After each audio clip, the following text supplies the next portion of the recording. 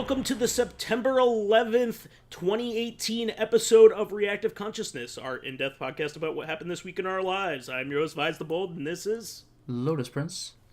And PyroJackFrost. I actually almost forgot my name.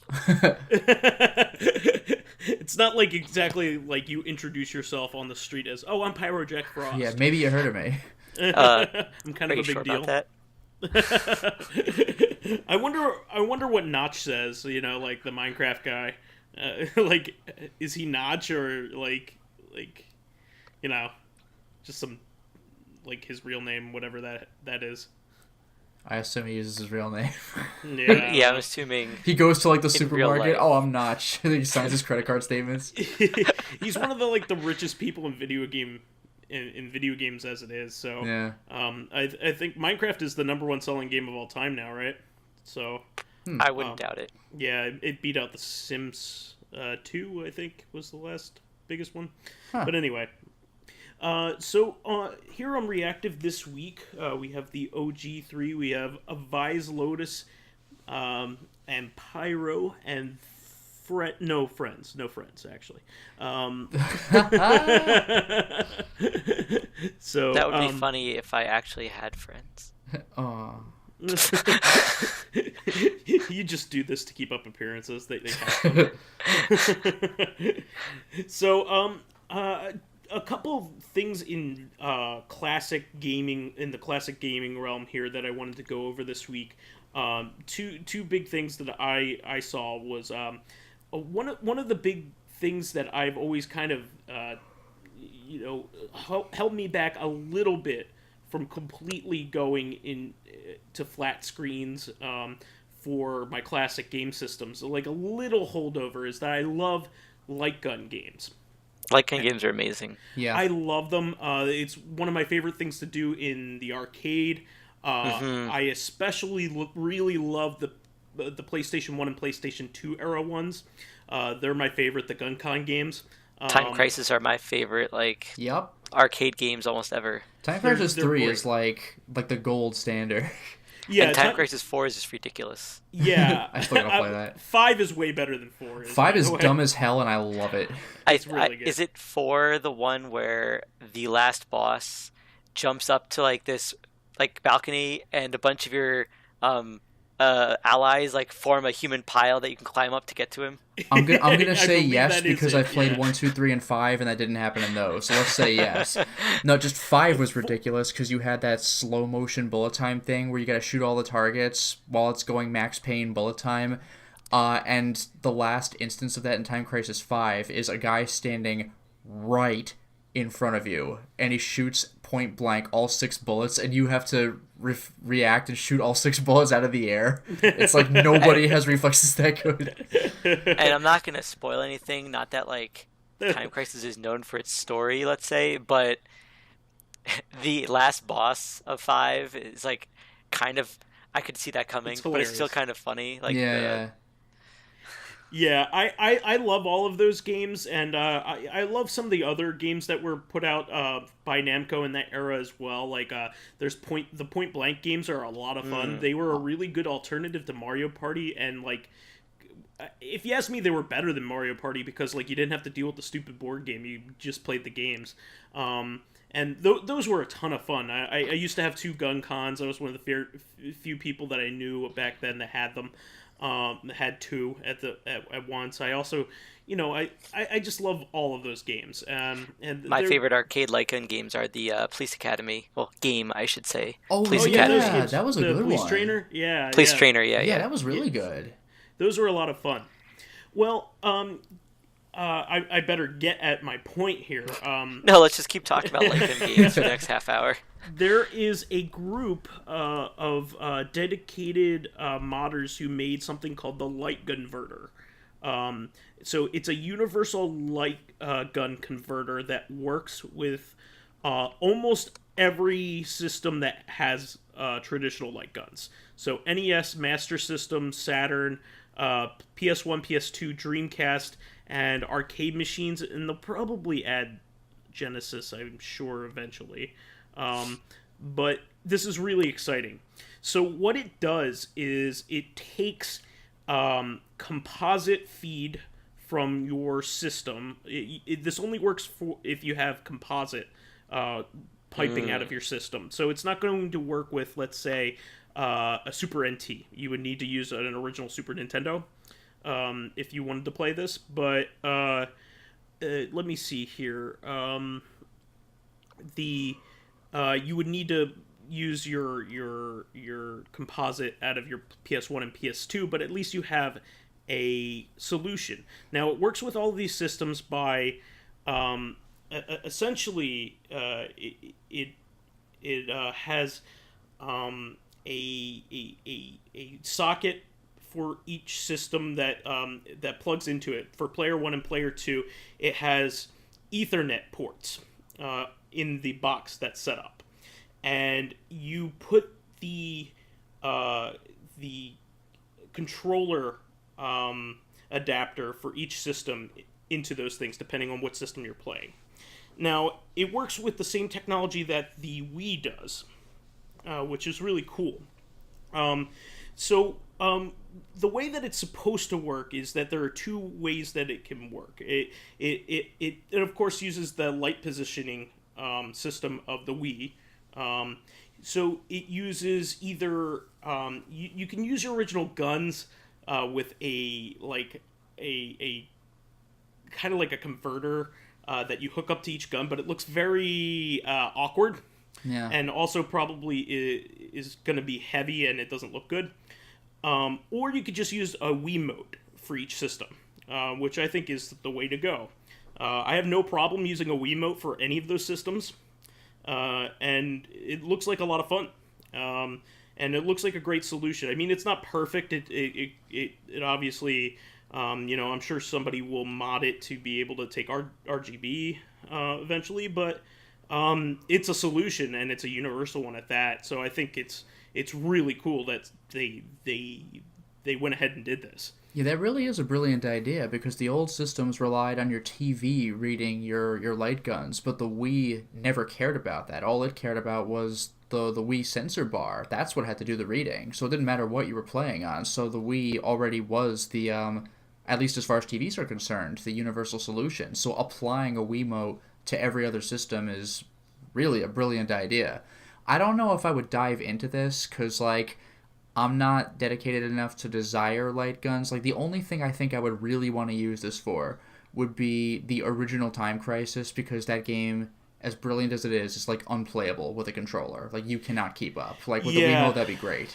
With Time Crisis 1, if memory serves right, the reticle is 2 pixels wide or something like that. It's very, very, very small. I game over from one area of the screen to the other is almost impossible. Yeah, I game overed before I made it to the first boss. And and you guys have actually seen me play the arcade game at a convention before. I didn't do it on only 3 credits or whatever. I had to put coins in, but I was decent at the game, but I can't do anything with it on console with a controller. I believe you, because when I had this growing up, when it originally came out for the PlayStation 1, and I could beat the game almost flawlessly. And then I played with a controller, I couldn't play it at all. I couldn't get past the first level. So yeah, I totally get it. I never even saw the first boss, which is insane. Yeah. I have to say that this idea is really cool, because I don't have a light gun. I don't have any old systems that have any light gun games, but just the fact that people are making this is great, because sure, there are going to be those people who collect old systems who want to have the old TVs to play it as it, let's say, quote unquote, should be. Mm-hmm. But this lets people upgrade stuff just so they can play it, and this is a first step. So, like Vice said, eventually this might work on HDMI, and then you can play light-gun games in 4K. That would be amazing. They'll look like shit because they're going to be scaled up, but still. Actually, you know what really would be amazing? You know what really is amazing about this? Is that the solution is arguably better than playing with the original gun cons, because even though the original gun cons are cooler than the Wiimote, I'm sorry, but they are, but with this device, you don't have to go buy a PS2 gun con, a PS1 gun con, an Xbox, whatever it's called, a Saturn, whatever it's called, a Genesis Justifier. Like, they're all different proprietary guns. Like, just a Wiimote for, like, $10. It's fine. Yeah, I think that this is really great because almost everybody has a Wiimote lying around. It was the most popular console for a really long time. So lots of people just have like a couple of those lying around on with their old Wii. So I just think it's great, and I'm glad that somebody worked on it, and it came out better than I could have hoped, because I was just kind of hoping. I think there are a couple projects floating around just to like fix one game to make it work, or something like that, let alone one system or multiple systems. So this is a huge thing, and I can't wait to be able to play those Guncom 1 and 2 games again. I mean, there's some other, like, the stunner games, Virtual Cop 1 and 2, they're cool, but the Saturn really wasn't a huge light gun system. I mean, you have House of the Dead on there, but if you ask me, I think it's a bad port. That's expensive as shit. That's about the weakest version of House of the Dead there is, but it's also the only one you can reasonably get unless you want to buy the old PC version. The PC version is better. Of course it is, but the Saturn's the only one that, like, without jumping through hoops, you can access, but it's, like you said, super expensive. Although, I will say, Virtual Cop is actually not bad, and I was pleasantly surprised that it plays just fine, even with a controller, too. Obviously, with a stunner, it's better, but, like, I can beat it. You know what you should check out as well on the Dreamcast? There's a game called Confidential Mission. Have you ever heard of that? No. Okay. It also has Virtual Cop, too. Well, it does, on the Sega Classics collection there. With different unlocks, too. Yeah. That's a good port. I like that port. But there's a game called Confidential Mission, which is basically a Virtual Cop guiding game. What? So it's like Virtual Cop 1 and 2, but the graphics are way better. It's a Dreamcast game. Yeah. There's actual textures and stuff like that on the characters. And not polygons. Instead of being cops or secret agents. Okay. So it has like a James Bond theme. But it still has like the same reticle system going on. So with the zoom in on the enemies when they're about to fire and stuff like that. Exactly. So when you play it, you'll be like, okay, this looks like Virtual Cop. You know what the true Virtual Cop guiding is? Fighters Megamix. Oh, jeez. You could be a car in that and fight with tires. Yeah, and it has Bond's moveset, because why not? But you should check that out, and this is compatible with the Dreamcast. There are a few fun light gun Dreamcast games. I mean, there's House of the Dead 2, of course. Even though we have easy solutions for House of the Dead 2. There's a Wii port of that and a PS3 port. Actually, you know what's funny about the Dreamcast is that... And an Xbox One, or original Xbox port. Which also had House of the Dead 3. You know what's funny about the Dreamcast, though, is that, like you said, it had a bunch of light gun games, but they were designed with a controller in mind, because the Dreamcast got light guns, but they were third party only from, like, Mad Catz, and I think there was, like, another company. Like, there was no Sega Dreamcast controller. Or there's a story behind that. So in Japan, there was a first party one. We got one by Mad Catz and one by Interact, and maybe one other one, but not a first party one. And House of the Dead 2, I think, had its functionality stripped entirely of it. So you need to get the Japanese version in order to play with a light gun. And the reason for that was Columbine happened right. That's what happened with Resident Evil Survivor 1 as well. Correct. It's not called Gun Survivor. It's just called Resident Evil Survivor in the West. Yeah. So, if you're going to be looking to do that, just be wary of that restriction in particular. To be honest, the Wiimote is going to be way better, because the third-party light guns for the Dreamcast were not very good. Oh, really? All right. They were inaccurate. So even the Mad Catz one, which had a little bit of official branding on it, wasn't very good. It was very subpar. So we do have to move on, but I just wanted to point that out because that is a really cool thing, and one of the few holdovers for why you would really want a CRT other than the aesthetics. In my book, I can't wait to be free of CRTs altogether. So. Finally, I can play Ninja Assault the way it was designed to be played. Yeah. And CRTs are also a pain in the ass to move. Yeah. So getting rid of them is great. Even when it came time for me to get rid of the CRT that was in my room, I was finally going to go over to just computer monitors. Just getting it down the stairs, we pretty much just had to roll like a large blanket down the stairs and kind of slide it without, like, while still kind of holding it up, but instead of carrying it, it sucked. I have an HD CRT in my room, which were only made for about a year, and it weighs like 300 pounds. It's ridiculous. Without hyperbole, it literally weighs that much. It is one of the worst things I've ever picked up in my life. And nobody wants to move it out of there. What also sucks is that like there's nowhere to really hold it. You really have to grab it from the bottom because there is that big thing sticking out the back, but that's not a handhold. It's not designed for that. So you're like, oh, this big thing jutting out, but it doesn't help you at all. You gotta hold it from the bottom and just deal with this like I forgot the word for it, but like it's just leaning in one direction. It's like off kilter. Yeah, that's because the imbalance, the tube is very heavy. So not only that, but the person on the bottom is in danger of being crushed. Yes, literally crushed. Yes. Yeah. The thing is, even if we were still using CRTs today, if they were still mainstream, I get the feeling they would have been designed with some sort of handholds or like device that could help you carry them. But back then, nope, fucking deal with it. Right. In fact, a lot of the places where you would need to grip these things are actually jagged. So you have a danger of slicing open your hand. Yeah, it's absurd. Like, how did you expect us to get out of the store and into my house? Like, I don't know, fuck it, it's in a cardboard box, deal with it. And meanwhile, with HD TVs, they might be bulky and awkward, but you could just, if it, like, depending on the size, you could carry it under your arm. It's so good. They're not heavy. Even the high tech ones. I mean, the old plasma ones are pretty heavy, but nowadays they're much. Yeah, but even then, you could just you could easily carry it with another person and carry it like you would the people in the comedy movies with the big pane of glass. Just walk. It's not so bad.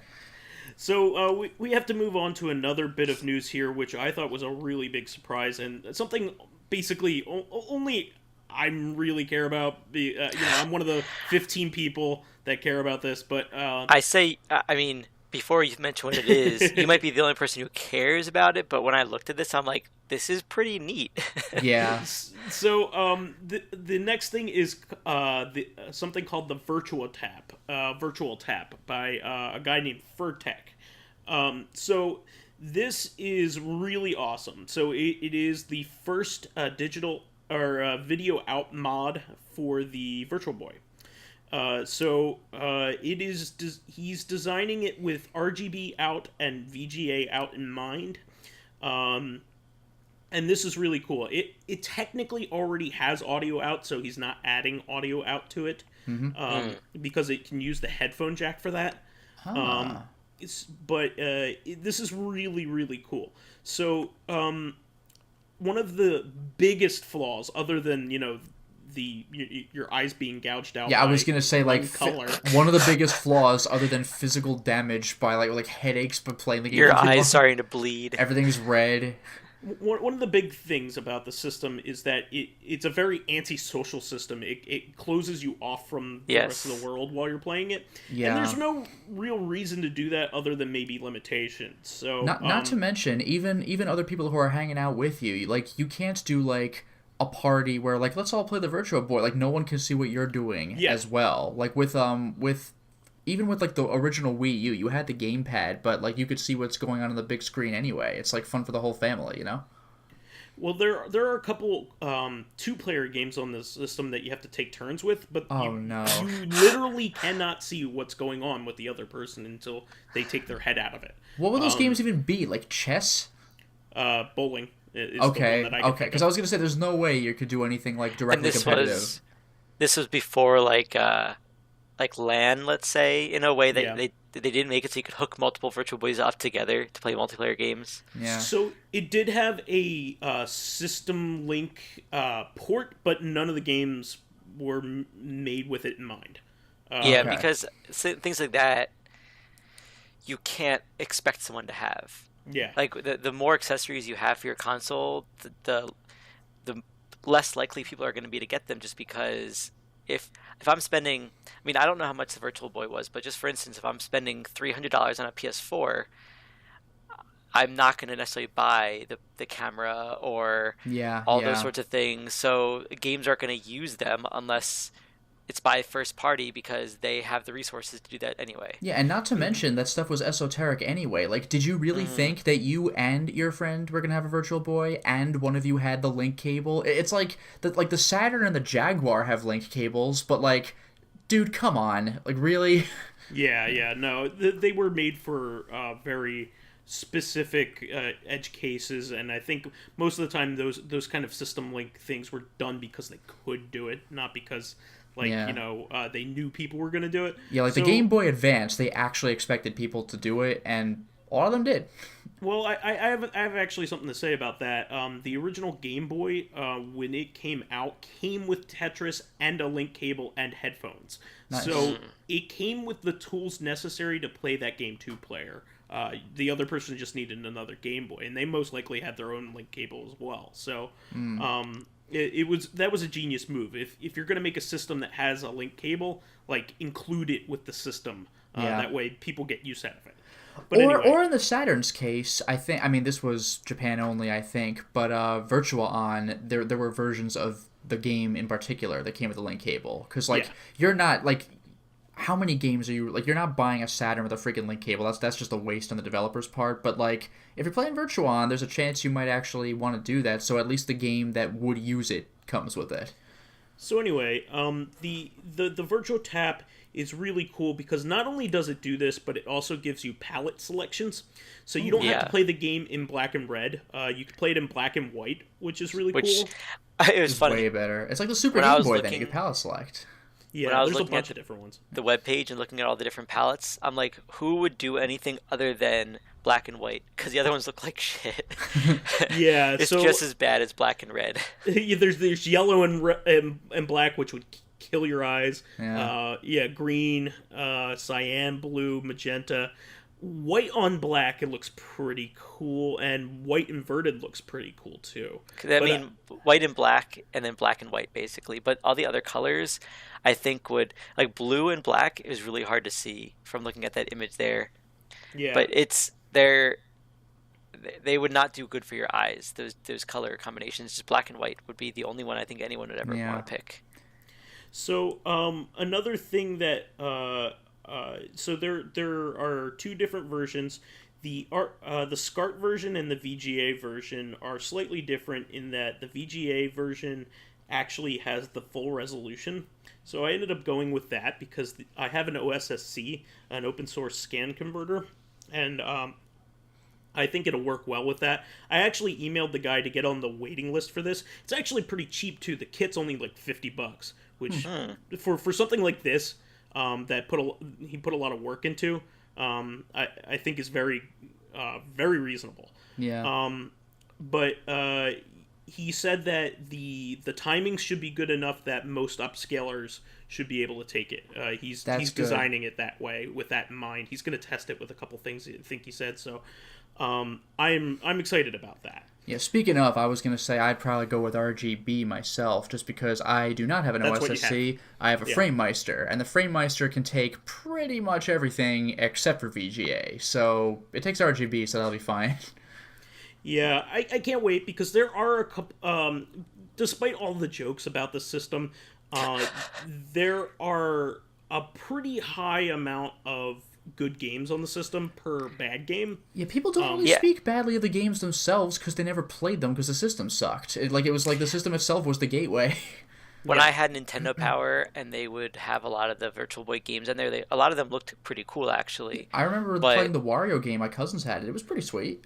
Yeah, and I heard the Jack Brothers game wasn't that bad. That was like one of the first. It was a Mega 10 game for Virtual Boy. Yep. The first Mega but 10 game translated in English. That's so weird. But like there were some good games, just that no one bought it because they had their Game Boys and they had their Super Nintendos. There was no reason for them to get the system, and it's not like it did anything special. Yeah.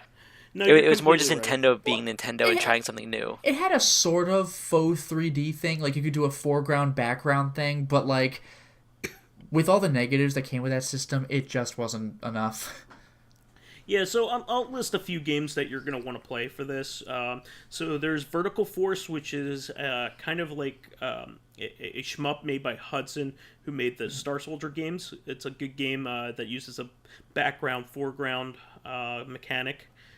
So there are two different planes in which you can switch to in order to do your shooting in.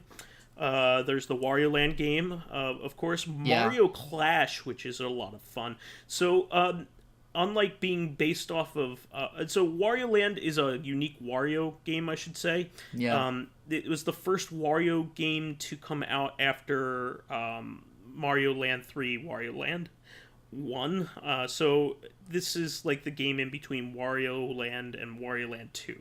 Yeah, and by the way, again, regarding the foreground background thing, Pyro, have you ever played either like Donkey Kong Country Returns or Tropical Freeze?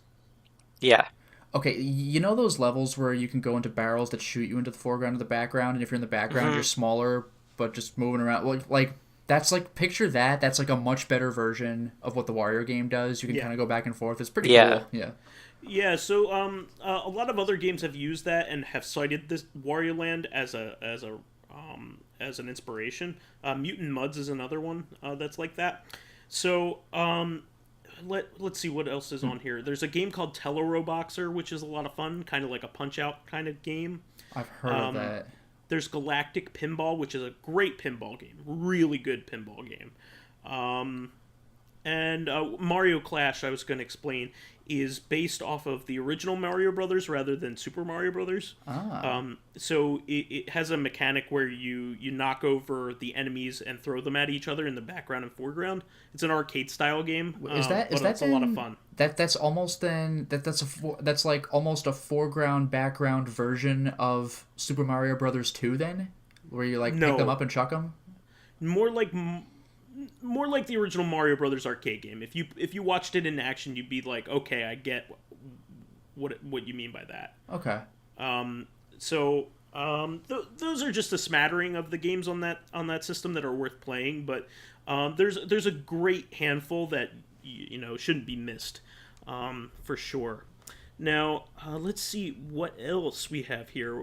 So there were a couple releases, a couple fighting game releases this week that or over the last 2 weeks that I wanted to mention. SNK Heroines came out this week, which is the first unique SNK title in a while. Yeah, the first thing that's not King of Fighters. It's going to be a very titillating game too. Yeah, so in going with that, it only has female fighters from the series, and they turned the most famous male character into a girl for it. Yeah, Terry. They turned Terry. That was quite a reveal. Like the final, like who's the final fighter? And it's freaking Terry. That was a riot. Yeah. And you can tell on the webpage, looking at all the costumes for the characters, that this is meant to be... Yeah, they're all like sexy costumes. A fan service game, yeah. Yeah, there's actually a complaint in saying that like, it's okay to have fan service, but they only have fan service in one way. Like, some of the people had brought up a good point that some of the female characters were attractive because of other traits they had rather than just that. Leona in particular was a character in the series that had a strong will and a strong personality. You just get that like military vibe. Yeah, and a couple people are missing. Notably, like King isn't in it for some reason. Yeah, that's something of a surprise. I gotta admit, King's been around since freaking Fatal Fury 1. She's classic. Yeah, no, she is. Or excuse me, Art of Fighting. Art of Fighting. Yeah, I blew it, but she's Art of Fighting 1, but she was like secretly a girl. So yeah, that one is surprising. Word on the street that it is an okay game. It's not mind blowing. But I mean, what'd you expect? Yeah, it's a tag fan game essentially. Yeah. Now, the biggest complaint is probably... There are two major complaints. There's a block button, like Mortal Kombat, rather than pressing back. That's so a that's a little surprise. getting used to. Yeah, it's weird. Interesting. Like, wasn't Mortal Kombat, like, one of the only games that did that? One of the only games to get anywhere and keep it. And the other thing is that the roster is pretty small with only 16 there's only, characters. there's I not get the many feeling characters. there's going to be DLC for this, but That's, we'll see. That's the big issue, though, because like I would never argue against DLC. It's more when they basically seem to limit the options in the base game. I feel like if you only have 16 characters and you plan on selling a whole bunch of DLC, that's just, come on. Yeah. Especially if you're leaving out obvious characters that you probably should have had from the beginning. Yeah, I definitely think King is a DLC character. I because she's notably missing, So, and there's plenty of other female characters in the series, in the King of Fighters series that deserve a place in the game. You know who hasn't shown up in a million years in anything, so I can't even say she's missing. She's just been missing. Is freaking Blue Mary. She's like a cult favorite. Yeah, Blue Mary isn't. Blue Mary's in this one, I think. But Bijane is not in this one. Who was that? She is the cool pirate character from Mark of Wolves. She's like basically like Blue Mary's redesign almost. Okay. And she was a really cool character. Really well designed. Like sultry, but not like trashy. Like a really cool, sexy, classy pirate lady. And you know what surprised me is that they have freaking Nakaruru, because she was never a King of Fighters character. She was Samurai Showdown. Mm-hmm. Well, I think you could just say that all SNK characters are King of Fighter characters. Yeah, but the Samurai Showdown never got involved with that. The closest that ever came was like Capcom versus SNK, where Nakaruru and Haomaru showed up, and it's like. But also, isn't this SNK Heroines, not King of Fighter Heroines? It is SNK Heroines, but it is based off of, like the story. There is a storyline in the game, and it is based off of one of the characters in the newest King of Fighters 14. 14 trapping all the girls in this pocket universe. So it does happen at a specific point in time in the King of Fighters. I wonder if the story is actually going to be anything, or if it's just going to be like it was all a dream or something. Nah, it's bullshit. I have to say that, like, I understand why people are upset that this is definitely mainly fan service for guys. And I mean, I would love to just see a fighting game with a bunch of beefy guys. Not that I would play it, but just I would play it. Keep it balanced. Yeah. And I'm gonna say something that's gonna sound kind of mean, I guess, but like, this is Japan. Like, they're known for this sort of stuff. That doesn't make it okay, but Dead or Alive Extreme. No one should be surprised about something like this. Yeah. I'm just glad that the whole game isn't lolly themed. that makes it even worse to me. And honestly, it's just, I mean, we've been over this already, but it's refreshing to see SNK doing something different instead of like furiously treading water with King of Fighters. Yeah. So I mean, I want to see Samurai Showdown 7. Bring that out. They actually have announced another new game is on its way out. Either SNK Heroines 2. Just immediately. Gals Fighters 2. Either speculating that it's going to be Garou 2, Mark of Wolves 2, new King of Fighters, which is very possible. That's always possible. Or a new Samurai Showdown. Those are the three most likely. Not a new Ikari Warriors? No Ikari Warriors 3? There is an Ikari Warriors 3, a 4, you mean? What? Yeah, the third game came out like in the 90s. Whoa, okay. Oh, speaking of which, by the way, like Ralph and I forgot the other guy are from Akari Warriors, and Clark and Ralph, yeah, they're in King of Fighters. They're from Akari Warriors, and it's like you never know to look at them. 6. That's amazing. Yes. Oh yes. yeah, I just remembered. It would be interesting to also see Whip and Vice and or Mature, because they're like the same character, come back. Mature is cool. I'm just more familiar with Vice because like she was in Capcom versus SNK 2, and then I finally played King of Fighters later. I was like, there's another one? There are lots of Vices. Anyway. They're like, wasn't there something really weird too? Like, she's Iori's like secretary or something really bizarre. And there's a lot of weird stories. It's like she's like just the idea that she's like a secretary. She's like extending her arms and like doing brutal like bone crushing throws. It's like, well, okay, I guess. Why does he?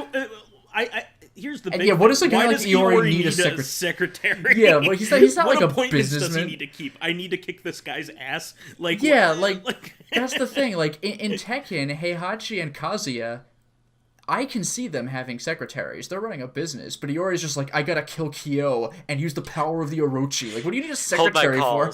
Yeah, exactly. Vice, cancel my appointments. It's King of Fighters time. Southtown must be mine. Yeah. But anyway, I will probably buy this game when it is severely discounted. Just because I like fan kind of stuff like this. I will buy it eventually, but I'm not gonna pay full price for it. Yeah. So the next one is Blade Strangers. So this one, I think, is more relevant to you two, because it has characters that you care about, or at least a couple. Well, this is the ultimate like indie game crossover game. Yeah, this is basically but the it seems like Nicalis. it's mainly Code of Princess. But they got Shovel Knight, they got Isaac, they have, this is gonna kill me. Right, they have a Quote from Cave Story, of all things. Umahara Kawase characters, and not only that, but the Umahara Kawase like character is like the main character of the game, which is hilarious because there was a time in which like Umahara Kawase was like an underground like a Super Nintendo game that like Super Famicom game that never came out in the US, and like no one ever thought like it was ever going to come into the US in any form. It was kind of like one of those games that like, you know, people that were into imports talked about. Yeah. And here she is being the main, like the focused on character on the fucking box. What else do you have? You have Azure Striker Gunvolt. Okay. Mm-hmm. You have a couple original characters, which is always cool to see. You have Shovel Knight. Yep. A big, beefy Shovel Knight as well. And mostly Code of Princess characters, which makes sense because that's a beat-em-up game and it translates well to... And I think it's made by the same people. Well, Code of Princess is made... Yeah, I think you're right. Code of Princess is made by former Treasure staff. So that... specifically people that worked on Guardian Heroes, which is why it plays like a new game in the Guardian Heroes series. And Isaac from Binding of Isaac. So, yeah. And again, like Quote and Curly Brace from Cave Story. Yes. Actually, I think both of them, yeah. So, it looks like a lot of fun. I saw somebody wrecking somebody with an Isaac combo that was just insane. I mean, that makes sense. Isaac gets stupid if you get the right power-ups. So I saw him like summon a fly and shoot out a bomb and then do a combo into both of them and like do all kinds of crazy crap. Really cool to watch. And I like I'm that sure he can summon flies. Yeah, there's a lot of really cool things in this game. This is a game I'll probably buy right away. Like, it's a fan game. It's not, like, going to be a tournament game, but I don't give a shit about that anyway. Well, that's some of my, like... Well, yeah, like, I don't play fighting games for the tournaments, and if I did, I would get the shit beaten out of me. Like, I play them because I just like seeing where the story goes if they have one, or just seeing, like... I mean, this isn't true of most fighting games, but it's especially true of, like, weird stuff like this. Like, seeing alternate takes, like... Shovel Knight's not normally in a fighting game. You know, it's cool to see stuff like that. Like, that one game, Dengenki Boko Climax, that's not even a very good game. I don't even really like it that much. But, like, You could play as a Valkyria Chronicles character in a fighting game. It's freaking crazy. Yeah, and this is why I like the Persona fighting games, because Yeah. I care about the story more and the characters. Those games are I actually really hope, good, though. I yeah, they really are. like But those. I'm gonna say, Yeah, well, those are Arc really, Works games. I really hope that they release 4 Arena or make a 5 Arena for PS4, because I think 4 Arena is the only game that I mean, I collect Mega 10 games, but I don't necessarily need the systems they play on, because I might not play them again. Yeah. That's one of the few games that I still want my PS3 for, because I haven't beaten it yet. But well, there was Arena and Ultimax, right? yes. Okay. But yeah, even though yes, that's a good game because it's by Arxis. When I play fighting games, I don't actually like. I wouldn't want to spend a lot of money on them because I'll play them to see how the characters fight. Yeah. I'll play through the story a few times. Like, I really liked Soul Calibur, I think 3 or 4. Yes. Because it had that single player mode. 3. And that and the character creator. Oh, and yeah. like that is why I liked Soul Calibur 3. I didn't care about playing against other people. I liked making my own character and going through the stages, unlocking new costumes and stuff like that. Yes, exactly. Like, unlocking stuff is like, especially early game where you unlock like 8 things at once and you see the "you unlocked something" screen like 8 times in a row. It's insane, but it's so satisfying. That unique story mode is a lot of fun, and I also like playing. Same goes for like Mortal Kombat. I like playing just the basic arcade mode just to see what each character ending is like. Which by the way, is why Soul Calibur 5 was so disappointing to me, even though it like plays the best. I loved Soul Calibur 1 and 2 for those very reasons. 1 I played was the mission modes. Unbelievable. So much fun to play those mission modes. Really cool. And to unlock those characters. I had so much fun playing those by myself. And it was super satisfying being able to download Soul Calibur 2 in HD with Heihachi and Spawn. I had never had Spawn when I was a kid because I didn't have an Xbox. Sure. The only thing that's missing is Link, for obvious reasons. You'll need the GameCube game for that, but still, that was a comprehensive experience. Yeah, I actually like that version in particular is available on Xbox One right now, so you could still play it very easily with this current generation. That was a great game. So Blade Strangers is definitely a game that I'm going to pick up. I might wait for it to be discounted, but I'm not going to wait nearly as long as SNK Heroines, because I think this game looks like a lot of fun, and just to have it just has those cool characters in a different context. So not to mention like knowing your tastes, like what's like the idea of you buying SNK Heroines when it's at its priciest. Like, I know that's not going to be a game you're gonna play over and over again. Like, oh man, my favorite fighting game. Like, it's just not your thing. So you may as well give it some time. No. I usually like offbeat fighting games, and Blade Strangers more fits that. Yeah. Now, I did want to go over a couple other things here. This is kind of a small thing, but you guys know that I collect video game vinyls. Yeah. Now, I don't collect them as heavily as I used to, but I still have in mind that I want to collect all of the Konami ones. Mm-hmm. And this is a good one to have because I already have Snatcher. Policenauts got announced and released by Data Discs. Yeah, that's amazing that like we still don't officially have the game, but they're teasing us with this. It's cool that we at least got the soundtrack. You know, it's really funny. There are several Konami vinyls that have been released in English without a proper official U.S. release. Yeah. Biomiracle. It's probably Yuba, cheaper to release the vinyl in another language than the game. Yeah, no, I no doubt, but it's just hilarious that they are more willing to. First of all, the fan base is rabid enough to want to snatch these things up. First of all, and number two, like, Konami doesn't care, but like the fans of it do, and the fans are working at these vinyl companies. Yeah, that is a good point.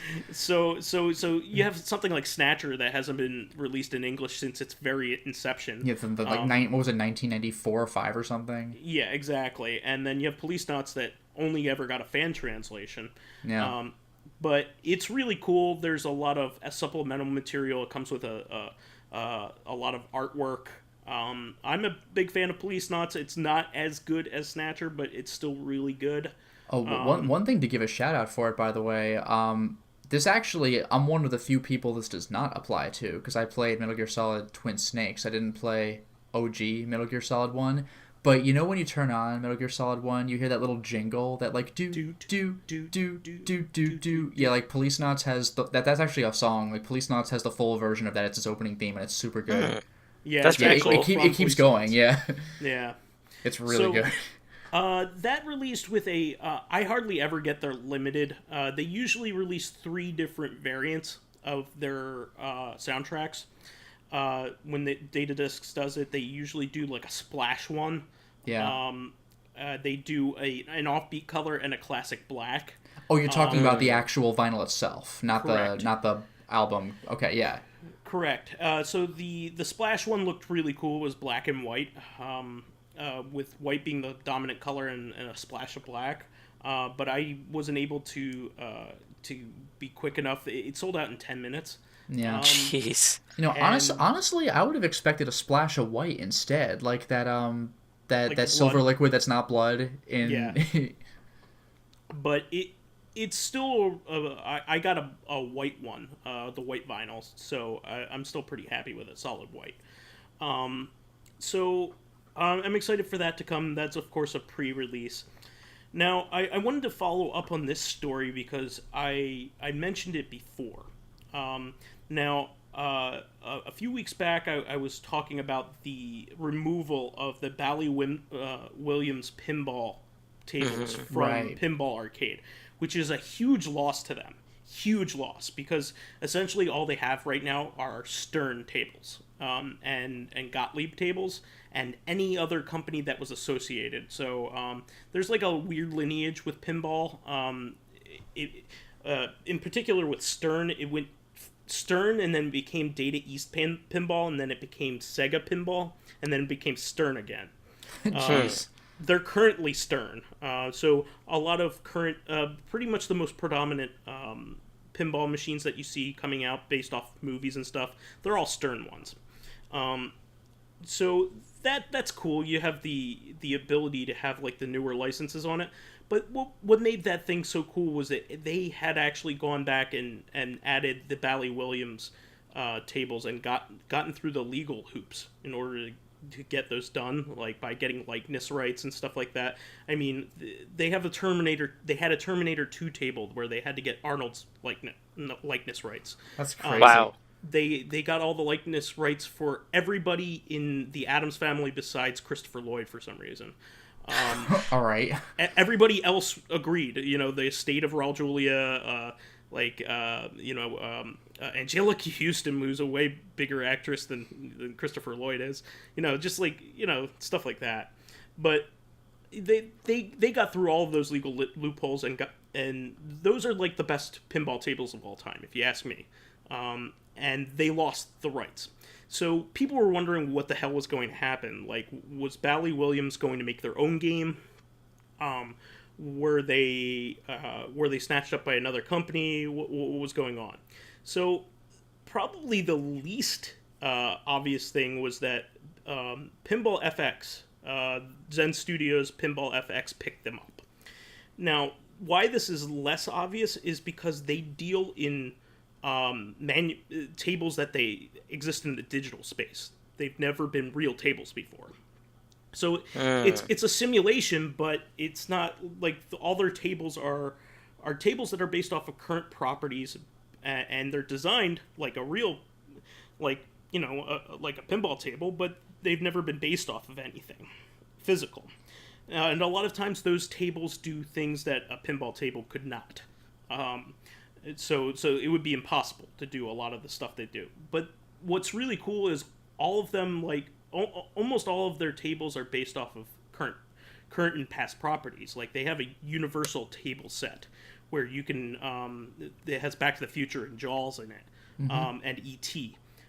There are a ton of Star Wars ones they put out. There are a ton of Marvel ones they put up. They have tables based off of every Marvel character you can think of, not just the popular ones. Same thing with Star Wars characters. There are tables based off of like Star Wars Rebels, the TV show. Oh wow, really? Yeah, that they've made. Really good stuff. They even made a Ninja Gaiden one and a Street Fighter one back in the day.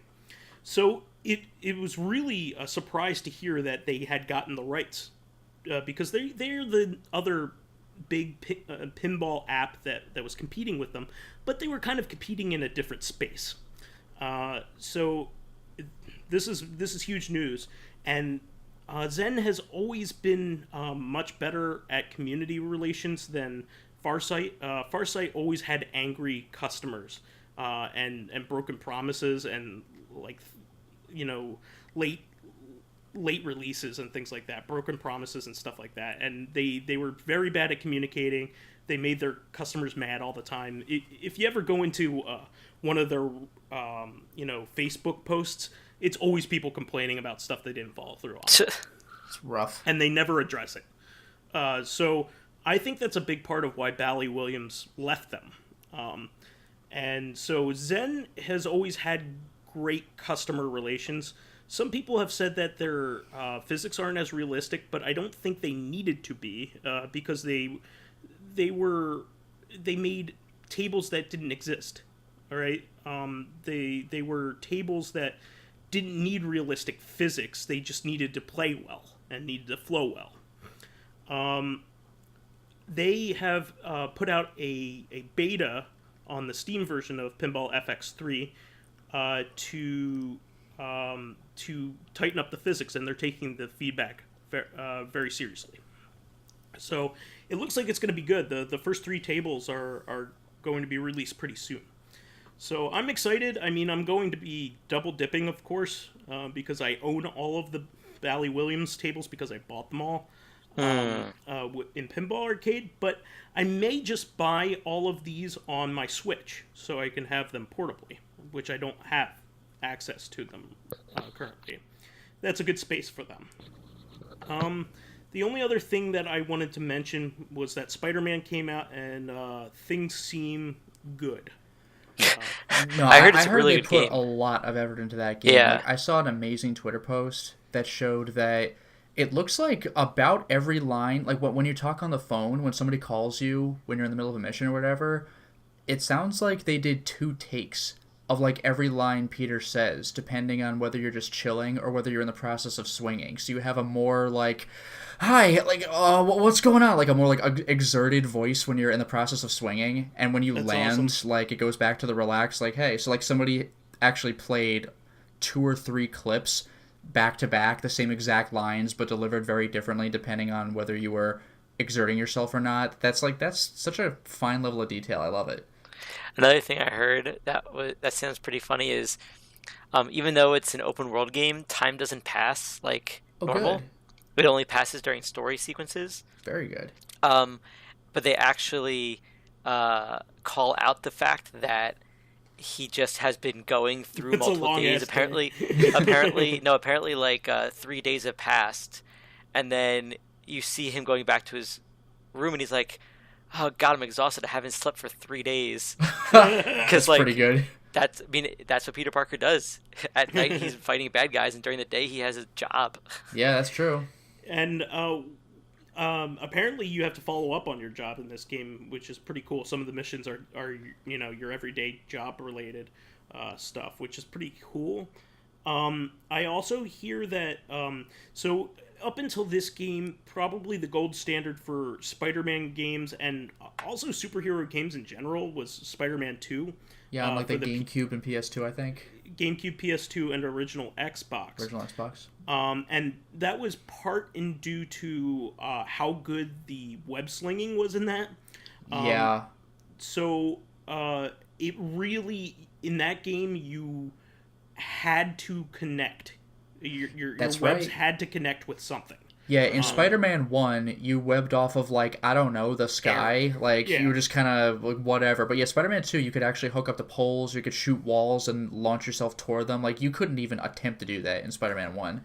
So if you saw Spider-Man Homecoming, they kind of make fun of that fact because, like, in one part of the movie, he's in Queens and just basically has to run, and it looks really funny. Well, I mean, like Deadpool. I mean, Deadpool's just always taking like a taxi to where he needs to go. Like he Or a doesn't. Vespa. Yeah, like he doesn't fly or web sling. It's just like well, damn it, I gotta pay a cabbie or not pay him and put it on my tab because that's how Deadpool rolls. Like, it's just kind of funny when you remember, like, oh yeah, he's a good fighter, but that doesn't mean he could just go anywhere he wants like other superheroes. And he doesn't have his teleport device yet. Yeah. That's a good point, yeah. So, one of the treacherous parts of the game is, of course, like a large, not a small section of New York at all is Central Park. It's actually a pretty big section of Manhattan. Ooh, yeah. For anybody who hasn't been there, if you take a look at a map, Central Park is huge, and you can't believe it that it's still there because of how valuable Manhattan real estate is, especially in Midtown. Yeah. But it's gigantic. So going to Central Park in Spider-Man 2 was very harrowing because you basically could only swing from the trees, so you had to swing very quickly. Yeah. So anyway, this game took that to heart and also made the streets narrower to more replicate the actual feel of New York, because there are a lot of places that are very narrow because of how old they are. And what you really get the feeling that he has a lot of skill in doing what he's doing in this game. And they took all of that web swinging to heart in Spider-Man 2 and put it into this game and made it even better. Apparently, it takes actual skill to web sling in this game. Okay. And there are also a lot of dynamic things you can do with it. So if you're about to come up to a water tower, for instance, he will actually like shoot out 2 webs and do that that slingshot thing that he does. Back up and then launch. Yeah, exactly. That's clever.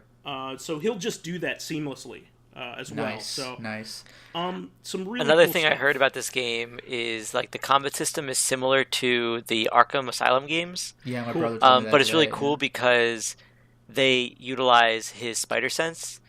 So at the start, he'll just be able to tell like, oh, they're gonna hit me because of spider sense. But the more you like upgrade his spider sense, the more you can tell exactly what they're gonna do. That's awesome. So they actually are feeding into like with Batman, it's just so you can fight well.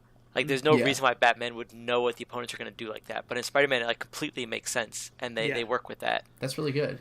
Yeah, so that's one of his powers, so that's great too. And I think they picked the perfect people to work on this. I always thought that the world traversing in Infamous was always a lot of fun. I played Infamous 1 and 2. I never played the third one. But I really enjoyed those games because it felt like for the first time that I was playing a superhero game, and it made sense. Especially with the way that he Cole travels on like power lines and train tracks and things like that, and using his electricity. I loved it. So and also his parkour abilities just felt right. So Spider-Man's the perfect kind of character to have parkour like abilities. Yeah. That's kind of his deal. Before there even was parkour, he was doing parkour like stuff. So a really cool game that I hope to play eventually. This and God of War, I'm behind on. I haven't played either of them, but yeah, I want to play particularly God of War, but like I haven't followed Spider-Man games in a while, but this one does sound really enticing. Yeah. So I'll update. I'm playing a couple other games right now. We'll get into that on CoreCon, but I'm playing a couple recent games, so I'm looking forward to playing those when I get to them.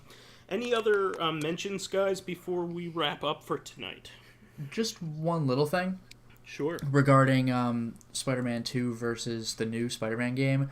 One of the more, I don't know, like, people, like, it was not disliked, but it was this weird, quirky thing that stuck in your head, so I guess I'll call it infamous. Do you remember, like, the pizza delivery missions in Spider-Man 2? Oh, Mr. Aziz. Yeah, if I flip these pizzas, Mr. Aziz is gonna flip out. But, like, do you remember that, like, that very Italian music that played when you were doing the pizza delivery missions? Yeah. I saw a post on Twitter where, like, that theme kind of has a cameo in the game. I think there's That's awesome. Yeah, there's like a pizza shop where if you stand outside it, you can like faintly hear it through the glass. And it's like, yes, amazing. it's there. Pretty cool. They knew that song what was they were goofy as doing. hell. that just tells me that they put a lot of love into this game. This is Insomniac, right? Like, they really go out of their way. I mean, these guys did the Ratchet and Clank games. I mean, those aren't open world, but like their world building in those was fantastic. Well, that just goes to show you this was not a short development span. I'm pretty sure this was supposed to come out around the time of Homecoming. But they delayed it to make it good, and it seems to be paying off. People love it so far. Apparently, the writing is good. The dialogue and the storyline's good. Well, that actually is important because I mean I don't even know about. I mean the storyline obviously you'd want that to be good, but I'm speaking of the writing in general because it's a little easy to forget. But one of Spider-Man's more notable features is his quips. As he's fighting or even as he's web slinging, he's got some remark to make. Just not, it's not Deadpool level like malicious snark, but like he's very jokey to the point where he weaponizes it when he's fighting his opponents. So like you would hope that writing would be good. Yeah, for sure. Well, I know we had a lot of really cool things to go over this week. We'll of course be back on Thursday with another episode of CoreCon.